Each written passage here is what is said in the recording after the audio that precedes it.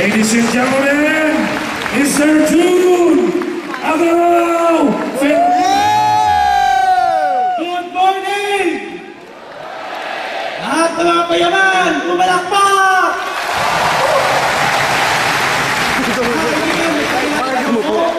Ang inspired kong idea kung sino ako. Ako po si June Agaraw. Ako po'y 19 years old. 1979 po ako pinanganak sa Kapalong, Davao del Norte, Pamilya Ibang, Davao! Mga kaibigan, ako po ang pang-13 na anak na pinababait ng mga magulang. Actually, nag-family planning pa sila that time. Ang pang-11 pinanganak ko siya Kondo, ang pang-12 pinanganak Kalinda, ako pinanganak withdrawal. Pasensya na po kung ganito po mukha ko ngayon. Huwag po kayo masyadong matawa, baka yung katabi mo, abortion yan. Mabuhay na. Mga kaibigan, nakwento ko po, bakit hindi ko po ginaya lahat ng mga 12 kong mga kapatid. Kasi nga, pagbukid, alam niyo pagbukid, talagang mahilig sa kasa. Mga kasagingan, kasagutan, kakahuyan, ha?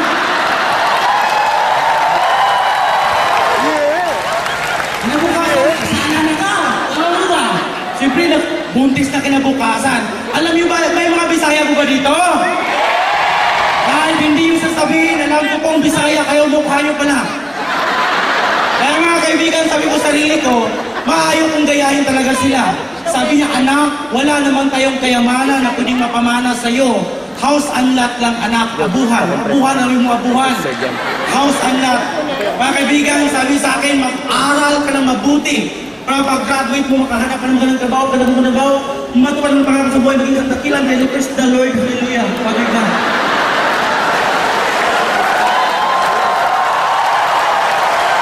Mga kaibigan, hindi ko po sinuway ang aking magulang. Ako po'y nag-aral ng mabuti. Nagsunog po ako ng kilay.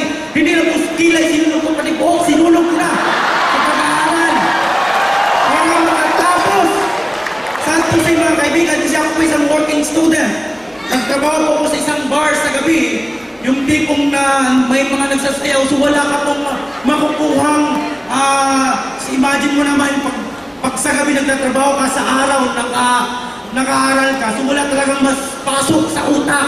After 4 years, tinawag ko ako sa aming din. Sabi ng din, pinatawag kita sa isang rason. Sabi ko, bakit ko? Sir, sabi niya, hindi ka maka-graduate. Sabi ko, bakit hindi ako maka-graduate? Sabi niya, marami kang back subject. Sabi ko, bakit marami kang back subject? Sabi niya, iwan ko sa'yo, baka bubo ka. Mga kaibigan!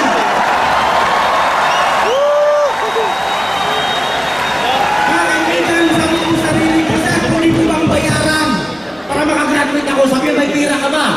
Sabi ko po, may pira sa basura, pero ako wala ka, sir. Sabi niya, kung wala kang pera, you can go out. Sabi, siyempre, sabi ko, yes, I go out. Mga kaibigan, umalis pa akong iyakat. Habang naglalakad po ako pagod boarding house, may isang babaeng nakatingin po sa akin. Sabi niya, ang buwako ng batang ito, bakit umiiyak? Ang parents ko po nagsabi sa akin ng gano'n, wala naman pong mama, yung mother magsabi, pangit ang anak niya. Tama ba?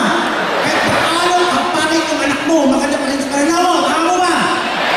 Wala kayo may taong pangit. Walang taong pangit, depende lang yan sa yung katabi. Kaya siguraduhin yung katabi mo. Mga kaibigan, sabi ko sa kanyang mother, hindi ako makagraduate. Sabi, ayan mo na lang. Marami nakagraduate ngayon, wala namang trabaho. Tama po ba? Ginawa ko, pumunta ako, nag-migrate ako sa Davao City.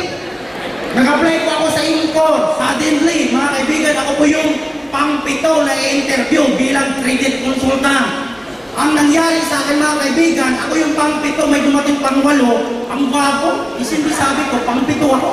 So tanggap na talaga, excited.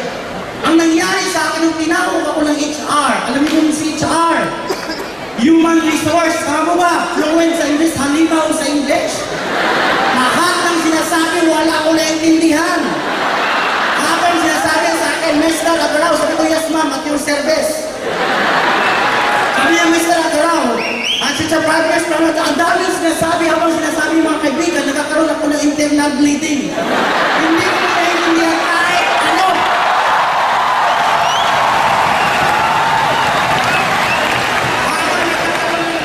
Hanggang na mental down na pang sabi sa akin, Mr. Agaraw, can you understand English?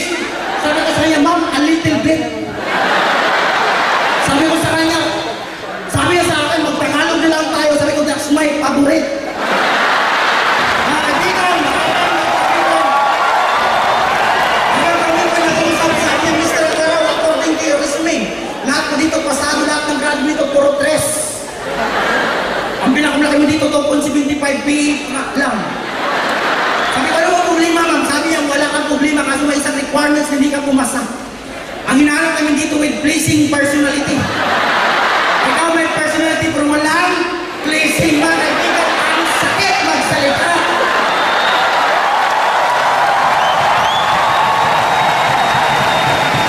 Pero hindi pa rin ako maging. Alam ko naman po, mga kaibigan, ang mukhang ito may patutuan.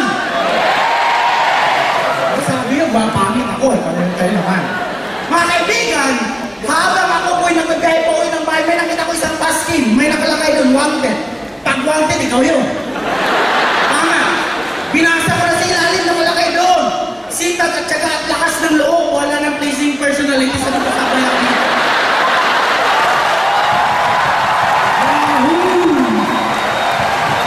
Inangkayan mo na agad. Nung nakita naman niya, sabi niya, pasal ka na at umpisahan mo na. Sabi ko, sir, huwag ka naman mag-pero. Sabi niya, umpisahan mo na kasi may banggaan. Sabi ko na ang trabaho, sabi niya, embalmer. Mga kaibigan, nagiging 3 years embalsamador po ako sa Patay. Hindi ko lang po sasabihin, mga kaibigan, somewhere in Tagum City. Anghel Funeral Home po. Habang ako naging embalsamador, ang swerte ko nung po, mga kaibigan, kasi never happened po. Nung nag-aaral ako, hindi ako nagkakaroon ng girlfriend. Kasi sabi ng mother ko, huwag kang maniniwala sa mga babae. Dahil isang lang ang hapon nila sa'yo. Kasi sabi ko sa sarili ko, hindi ko naniniwala, hindi ko nagkakaroon ng girlfriend. Habang nag-ibal na ako, swerte ko. Kasi lahat ng parte ng katawan, lalo na sa babae, kitang-kita ko na.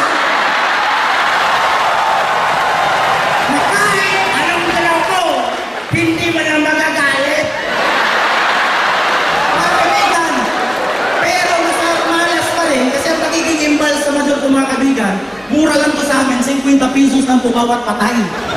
Oo, lalo na pag medyo natural dead lang. Pero pag umabot na baril ka wounded, 300.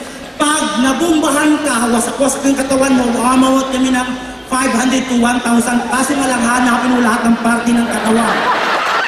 Pag hindi mo mahanap yun, deduction yun sa'yo. So, kailangan mo hukain mo muna. Minsan makabaliktad pa, maging nagkakaroon ng pasa.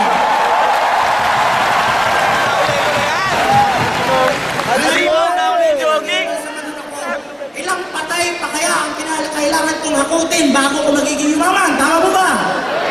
Pero napakaswerte ko, mga kaibigan. Kasi kami po mga embalment, nagpe-pray-over po kami sa gabi. Kami lang po mga taong nag-pray habang kami natutulog, mga embalsamador. Hawak kamay po tayong lahat. Sa nabukas maraming patayan. Amen! Sa nabukas maraming banggaan. Hallelujah! Bakit po? Saan po kami nabuhay? Sa patay o sa buhay? Sa Patay! Sa patay! Minsan, mga kaibigan, kami po'y may moto na ang inyong kamatayan ay ang aming kinabukasan. Mamatay mo kayo, Pixman!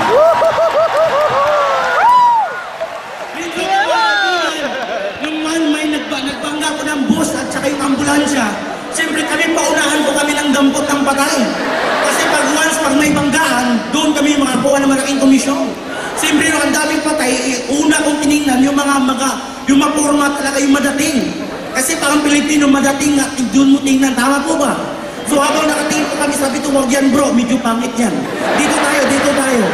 Habang kinukuha namin yung isang patay na nakadesinti po, mga kaibigan, sabi ng mga tao, saan nyo dalhin yan? Sabi ko, sa pulinarya po, ma'am. Sabi niya, buhay pa yan. Sabi ko, bro, patayin mo na, sayang pa yan. Alam mo, mga kaibigan,